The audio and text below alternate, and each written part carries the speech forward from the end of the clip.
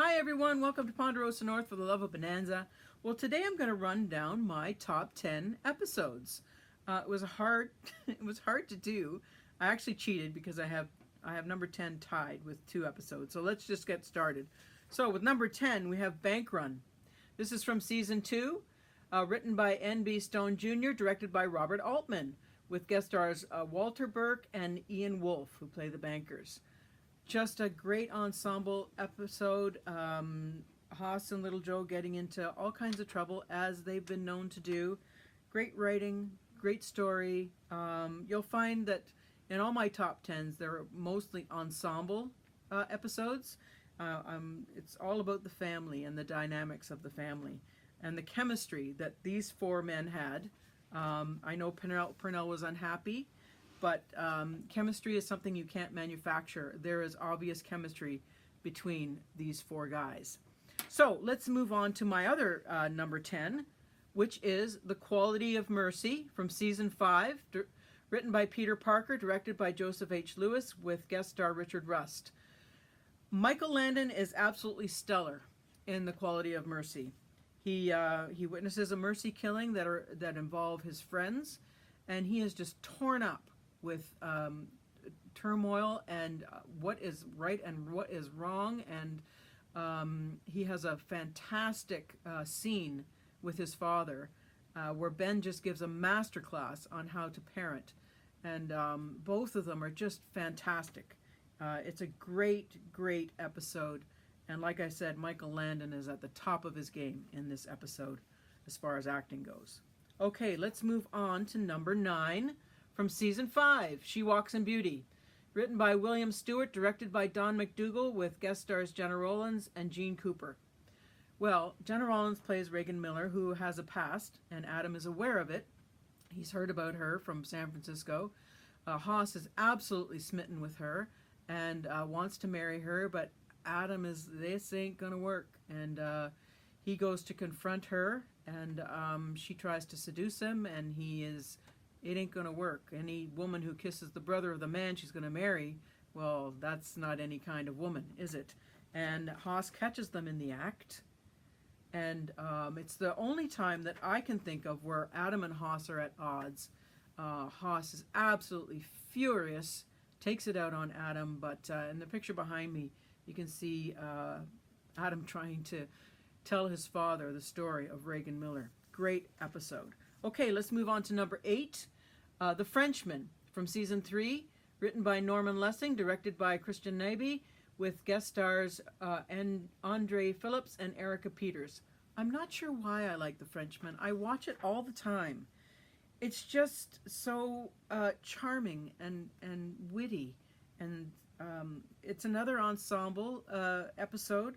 Just the fact that Hoss has been challenged to a duel by this Frenchman, it's just really, it's my Bonanza happy place. That's all I can say with The Frenchman.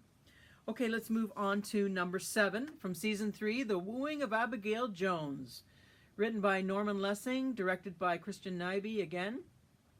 Guest stars Elaine Ryan and Vaughn Monroe.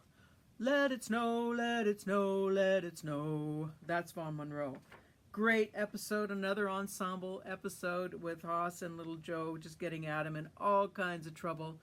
So well written, and just a really fun episode. I've watched it, I can't tell you how many times I watched The Wooing of Abigail Jones. All right, let's move on to number 8, Old Sheba from season 6, written by Alex Sharp, directed by John Floria, with guest stars William Demarest. Hoss and Little Joe bring home an elephant. Need I say more? No, I do not. Okay, number 5 from season 5, Ponderosa Matador, written by Alex Sharp, directed by Don McDougall, with guest stars Mariana Hill and Nestor Piava. Another ensemble episode with these. This is where the chemistry comes out with this family of actors. It's just such a great story. It's very funny. It's very witty. It's sibling rivalry over this girl, and hilarity ensues. What can I tell you? It's just what have I got it at? Number 5. Yeah, it's right up there, and it's an extremely popular episode with the fandom. Another extremely popular episode with the fandom, number 4 from season 3, Springtime, written by John Furia, directed by Christian Nyby, again with guest stars John Carradine and Denver Pyle. These boys, they just get into all kinds of trouble, and they've been sent out by John Carradine to do his business, and they all go in 3 different directions, and there's 3 different stories. Just a wonderful, wonderful episode. I've seen it hundreds of times. Number 3, The Hayburner from season 4, written by, guess who? Alex Sharp, directed by William F. Claxton, with guest stars William Demarest again and Ellen Corby. William F. Claxton did a ton of directing on Little House on the Prairie. He and Michael Landon must have really hit it off. But The Hayburner is just a wonderful camaraderie between the brothers again. Hoss and Adam trying to teach Joe about money, and it totally backfiring on them. Just a great episode. That's Hayburner, number 3. Number 2, The Crucible. Season 3, written by John T. Dugan, directed by Paul Nichol, with guest star Lee Marvin. This episode is, it's sort of tied for number 1. It's a really heart-wrenching, difficult episode. In the beginning, Adam is sort of lecturing little Joe about, what a civilized man he is. He could never be driven to murder. He would, if there's any issue, he would go to the sheriff and justice would be served. I'm a gentleman. I couldn't be driven to murder.